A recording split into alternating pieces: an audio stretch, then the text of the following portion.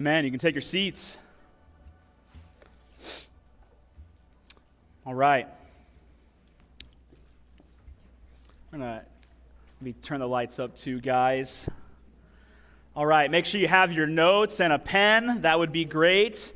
Awesome. There we go. All right. So we're in the second week of our series called Swipe Right, and it's called Swipe Right because we want you to swipe right, which means accept God's calling, God's purpose, God's design for relationships, dating, sex, purity, marriage, all of that stuff in that arena. And so we want you to swipe right on God's plan for all of those things. What is the purpose of romantic relationships in middle school and in high school? What is the purpose of romantic relationships in middle school and in high school? Would you say it's status? Some might say, hey, I have to have a boyfriend or girlfriend, or else people think I'm lame, people think I'm a loser, people think I'm not cool. All my friends have a boyfriend or girlfriend, so I have to do the same thing as them to fit in. Some people say it's for sex, and if it's not for sex, it's something close to sex. So it's some sort of physical intimacy with that person. Some say it's just purely social, like, hey, I just want someone to hang out with. I want someone to go out to Taco Bell with. I want someone to text me good morning, text me good night. It's just purely social. It's just to have someone so I'm not lonely.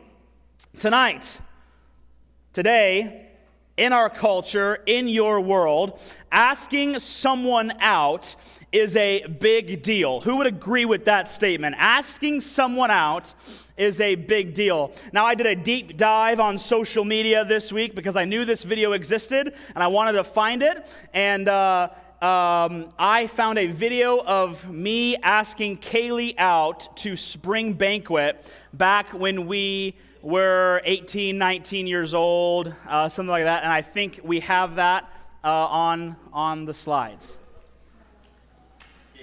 Okay. Haley, you look dark. Haley, stop. Go to spring banquet with me. No. Where is he? Please go to spring banquet with me. Please. Haley, can you go to spring banquet? Hey, Haley, you go to spring banquet.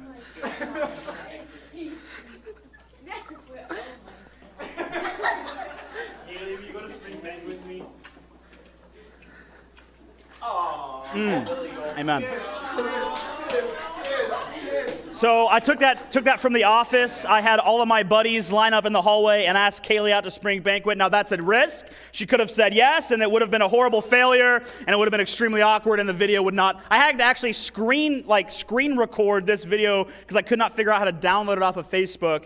But it's the low quality videos for me. Amen. I love those low quality videos. In many areas of life, there is a focus on the promposals. Anybody know what I mean when I say promposals? You're proposing to someone to go to prom, spring banquet, Sadie Hawkins, whatever you call it, this event where couples go together. And it seems like asking someone to the prom, asking someone out, asking someone to winter formal is more important than the event itself. Who would agree with that? Like how you ask and kind of what you do is more important maybe than the event itself. So did you know that somewhere around 50% of students, 50% of all middle school and high school students never have a date, boyfriend or girlfriend while they're in school? It's true. It's a crazy stat. And as a student, thinking about dating,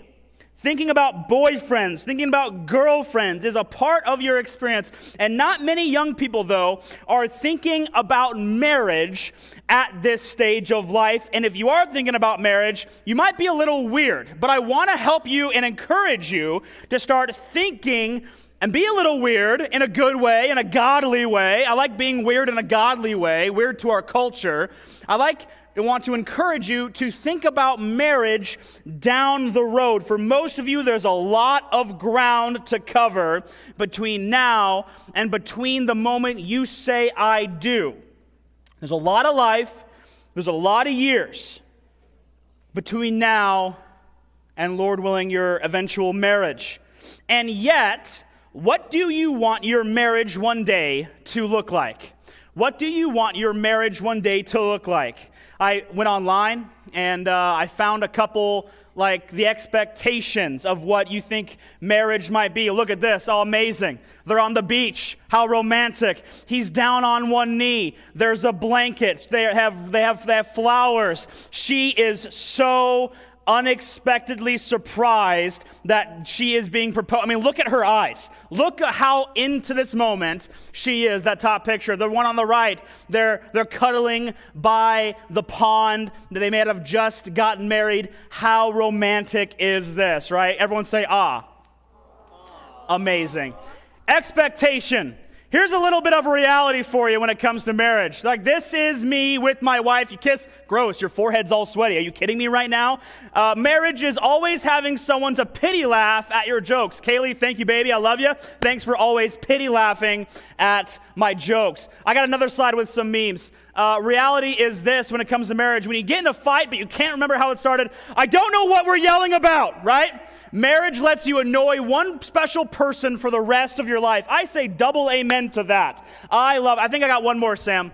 One more. Reality, marriage expectations. Oh my goodness, but really you're just cleaning and doing laundry all the time. Tough. Before you marry a person, you should first make them use a computer with slow internet to see who they really are. Try that out tomorrow and you'll know who people really are. Here's the big ask though I want to make of you tonight, students. Listen to me. Here's the big ask I want to make of you tonight.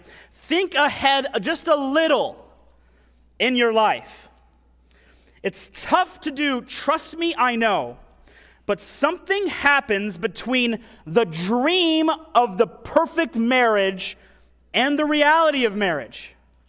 And so many adults today start out with these great, grandiose, unrealistic expectations about what their marriage is going to be like, but the dream quickly turns into a nightmare when their marriages experience conflict, drifting, and then eventually divorce. And many of you have had to live with the consequences of some of these bad marriages that didn't work out. And so if you had a blog, you had a TikTok, Instagram account, whatever you want to do, if you had a social media account entitled My Future Marriage, what would you post to it? If you started a social media account, My Future Marriage. If Brady tonight, don't do this, this will be super weird. If you went home tonight and opened up an Instagram account, Brady's Future Marriage, I'd follow it, by the way. I'd support your brother, I'm with you. I'd follow you, I'd like every post you had.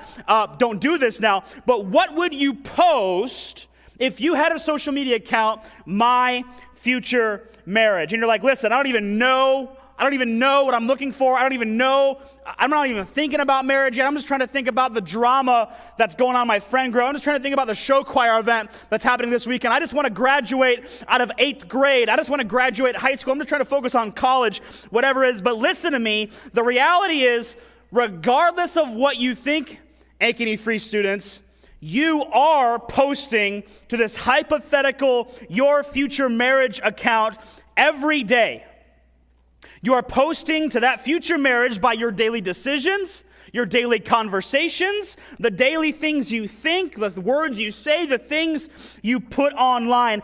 Every step you take, you are posting, good or bad, to your future marriage. Who you're becoming. And who you're becoming is absolutely going to impact your future marriage down the road. So when we think about the person you're becoming, you basically have two options. The first option is you can take the steps that are guided by the world's values. You can take the steps that are guided by the world's values. Or you can take steps that are guided by the ways of Jesus. The world says, watch the world's values, embrace the values, follow after them. And the results are just all the same. They're predictable. There are certain actions, Ankeny Free students, that leads to predictable results. Take working out, for instance. Does anybody like working out? Anybody like to work out? You like to run, you like to go to the gym, all of these things. Let's just imagine all of us in here love to work out. Let's just live in this fantasy world that every single person in here loves to work out. We want to get chiseled, ripped, jacked. We want to be at the peak of physicalness, whatever that means. We want to be the most in shape youth group in the state of Iowa in case we need to go physically beat up another youth group, okay? Just in case that would ever happen, we need to do this. We're pumping iron. And so what would happen, think with me, what would happen if all you did was work out? You worked out before school. You worked out after school. You worked out late after you did your homework and ate dinner. You're dieting, you're fasting, you're doing keto, you're reading all the books and all these things. The results would be so predictable. If I worked out every moment of my spare time, I would not look like this. I would look like this on the screen. Sam, we got that? You with me? You're a couple slides behind me, buddy. You're killing my momentum. There we go. I would look like that. Just kill the Sam. What's going on? You're killing me. Okay. If you're guided by the world's values, the results will be predictable. By contrast, Jesus offers us something different. Jesus offers us something different. Jesus says, "Come and be my disciple. I will show you a different set of values. I will help you. You'll learn a new way of living, loving, and relating. And I'm going to show you a different path that will relate and give you different results." Matthew chapter 4, verse 19, Jesus calls out and says, "Fishermen, come be my disciples, and I will show you how to fish for people." Jesus said, "I will show you something different, and different's good, different's attractive, and it's what you want, and when you get something different, man, you just want to say yes." Light is important. Can we turn off the lights in here? Can we turn off the lights in here? Are we tracking on that? Light is important. Just imagine if it was pitch black in this room right now. Light makes you just feel a little more comfortable. When it's darker, it might be a little uncomfortable. You ever sat in a dark, like almost pitch black room? And have you ever gone to those caves in like the Ozarks? Like you go deep down and they turn off the lights and man, you can't even see the hand in front of your face. It's so pitch black. Darkness makes people nervous. We can turn the lights back up. Thank you, Sam. Everyone likes to be in the light, I would hope. Matthew chapter 4, "The people who sat in darkness have seen a great light, and for those who lived in the land where death cast its shadow, a light has shined." This is a reference to Jesus, guys. He's called the light of the world. And he says in Matthew chapter 5, verse 14, "You, being the followers of Jesus, are the light of the world." And so Jesus says, follow me, I'm your example, and you don't have to live in darkness anymore, and you don't need to be afraid of darkness anymore. Or, Ankeny Free students, you can follow the values of the world, which the Bible refers to as darkness. You need to choose your steps. My father would say you need to check yourself before you wreck yourself. The worldly path is paved with revenge. Revenge is, you hurt me, I'm going to hurt you right back. The worldly path is paved with pride. Most arguments find their root in pride. We feel bad, our pride is hurt, you made me look bad, I'm going to make you feel bad. Pride rises up and it becomes ugly. The worldly path is paved with lying, and it's like having money in your pocket to get out of any sticky situation that you find yourself in. It's easy to use, and there's an endless supply of lies that you can come up with. The worldly path is paved with jealousy. Well, who's going? Who'd you talk to? I'm always worried about the other person. The worldly path is paved with lust, pornography. Your spouse won't be airbrushed. Your spouse most likely won't be the greatest and the best looking in the entire world. He or she won't be paid to fulfill your every fantasy and whim. The worldly way is paved with worry, worried about status. Am I good enough? Am I nice enough? Am I hot enough? What will we talk about? What if he tries to touch me? What if she won't let me touch her? Those are just a few values of the world. And they're all so normal in our culture that we don't see them as bad and eternally damaging. And these values are the ones that are genuinely destroying relationships. Middle schoolers, high school students, I'm 100% serious about this stuff. Flee from these things in every aspect of your life. In contrast, the Jesus path is paved with values that you see are very different, and they're taken from Matthew chapter 5 and 6. Jesus says, resist revenge. Jesus says, be humble, not prideful. Jesus says, live at peace with all people. Love your enemies. Forgive people. Trust people. Matthew chapter 7, verse 12, do for others what you would like them to do for you. That's not what the world says. The world says you do you and you go over whoever you have to. So here are the path summaries. One way is wide, one way is narrow. One is foolish, one is wise. One is built on sand, and then the other one's built on a rock. Wide, foolish, sandy. Honestly, I don't think there is any person in here who would say, yo, that's me. That's what I want to build my future on, who goes the easy route and builds their life on a foundation that will crumble the second there's any wind or water. And so here's the big question. Which path are you going to follow in your life, Ankeny Free students? Are you going to follow the worldly path? Now listen, some of you are going to. I'm not stupid. I wasn't born yesterday. I've been a youth pastor for a little bit now. Some of you are going to follow the worldly path. Some of you will not finish your career in youth group. You will have left this place because you get sidetracked with the worldly values and the worldly ways. Some of you will not have, you will not be celebrating your senior year of high school here just because you get sidetracked with what the world wants from you. You get sidetracked with a boyfriend or girlfriend. You get sidetracked with extracurriculars. You get sidetracked with chasing whatever you're chasing after. That's not Jesus Christ. Some of you are going to follow the Jesus way. Some of you are going to finish out youth group here strong, spiritually strong, emotionally strong, mentally strong, relationally strong. Some of you are going to go on to do great things for God. Whether you're a teacher, whether you're a lawyer, whether you're a missionary, whether you're a preacher, whether you're a stay-at-home mom, stay-at-home dad, construction worker, whatever it is, some of you are going to go be fantastic people for Jesus. And it's not by anything you do, or not how smart you are, or not how much money your parents have, or not what school you go to, or not what side of town you're from. It's because you follow the Jesus way, the Jesus path, the biblical way of doing things. Some of you are sitting there and you're like, man, I just wish this guy would shut up. I'm going to blaze my own path. Good luck, Mr. Arrogant. God in the flesh comes to earth and says, I've created everything. This is how this works best. Just follow me and you'll be blessed. No thanks, I'm 15 years old, I know it all. That's what literally some of you are thinking right now. And if you're not thinking it right now, I guarantee you some of you are going to make decisions tomorrow that say that. No thanks, God, I'm 15 years old. I know what's best for my life.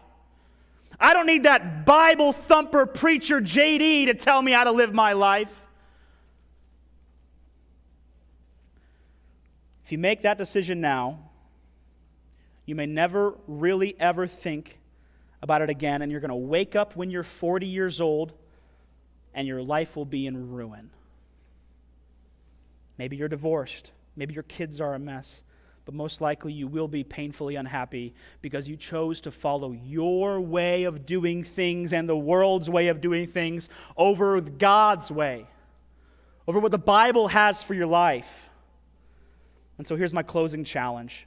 The secret to success in your future life and marriage. Number one, start developing the attributes you want your future spouse to have right now. Start developing the attributes you want your future spouse to have right now. If you want your future spouse to be kind, guess what? You better start practicing kindness. If you want your spouse to be loving someday, guess what? You better start practicing love. If you want your spouse to be patient, guess what? I can go on and on and on and on down the list of the fruit of the Spirit. Second thing, you want to attract a godly guy or girl to you? You want to meet a godly guy or girl to potentially form a relationship with? And guess what? Be a godly guy or girl. Stop looking for the one and just decide to be the one. You tracking with me? Decide to be the Christian who says no to the partying. Decide to be the Christian who says, you know what, man, I'm not going to hang out with that friend group because all they talk about is filthiness. Decide to be the Christian who gets up early in the morning and reads your Bible because you know it's good for your soul. Decide to be the Christian who comes to church even when you wake up tired. Decide to be the Christian who maybe says no to an activity or event because you know it'll take you away from church and God's people.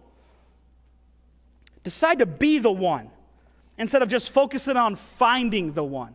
Does that make sense? And then thirdly, start praying for your future spouse right now. They're out there. For some of you, listen, some of you are like seniors, juniors in high school. Man, marriage is not that far away for some of you, whatever the Lord wills for your life. Start praying for your future spouse right now. Most of you don't even know this person. They might live on the other side of the world. They might live on the other side of the country. Who knows? Start praying that God starts molding them and shaping them into His image. Start praying that God is drawing them closer to His heart. Start praying that God is helping them grow and mature in their Christian walk. It'd be time well spent. I'm going to call the band up here.